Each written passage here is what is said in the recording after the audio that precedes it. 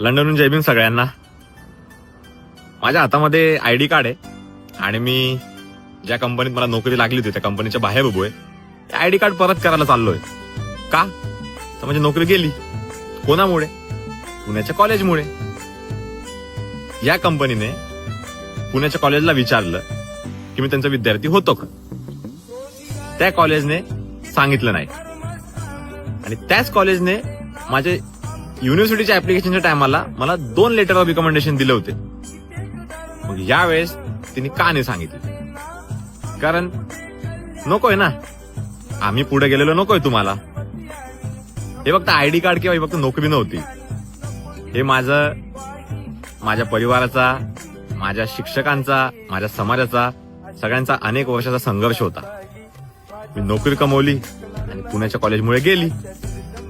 मला बाबासाहेबांचं वाक्य आठवतं की शिक्षण हेच तुमचं शस्त्र आहे.